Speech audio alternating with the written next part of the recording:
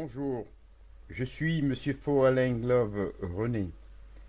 Aujourd'hui, nous allons voir le noyau. C'est un élément fondamental et constant de la structure cellulaire. Sa forme varie avec la nature et l'âge de la cellule. Il peut être sphérique, ovoïde, parfois polylobé. Le noyau, une structure complexe.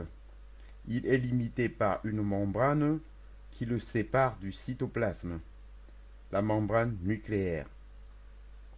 La membrane nucléaire, comme la membrane cellulaire, apparaît au microscope électronique comme formée de plusieurs couches et interrompue par de nombreux pores, au niveau desquels le contenu du noyau est en contact avec le cytoplasme.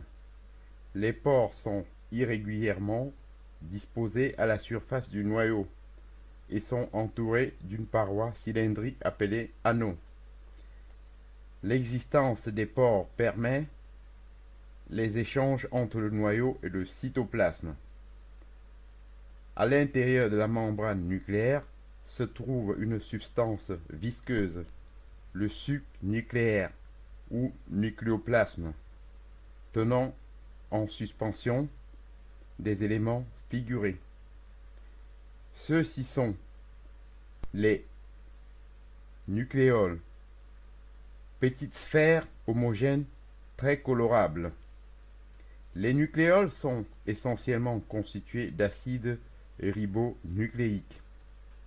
La chromatine forme de très nombreux corpuscules formant un véritable réseau à l'intérieur du noyau. La chromatine est formée de fibres enroulées en spirale et constituées d'acides désoxyribonucléiques enrobés dans un manchon de protéines. Quand la cellule va se diviser, les fibres chromatiniennes se transforment en filaments qui sont de nombre et de forme immuable pour une même espèce. Ces filaments portent le nom de chromosomes.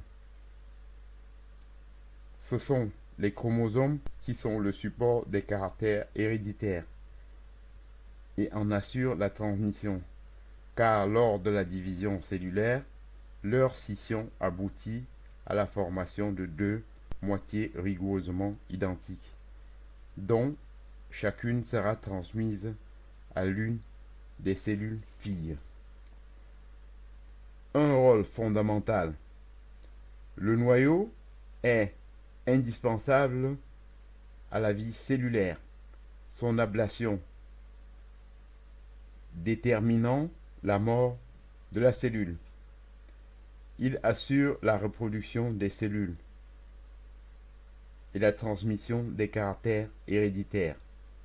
Cette transmission se fait grâce aux chromosomes qui sont constitués d'acides désoxyribonucléiques ou ADN.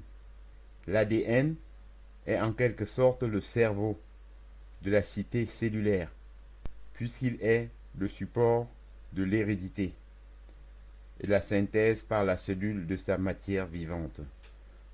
Le noyau transmet aux organites intracytoplasmiques, ribosomes en particulier, des informations qui permettent à ces derniers d'élaborer les protéines de la cellule.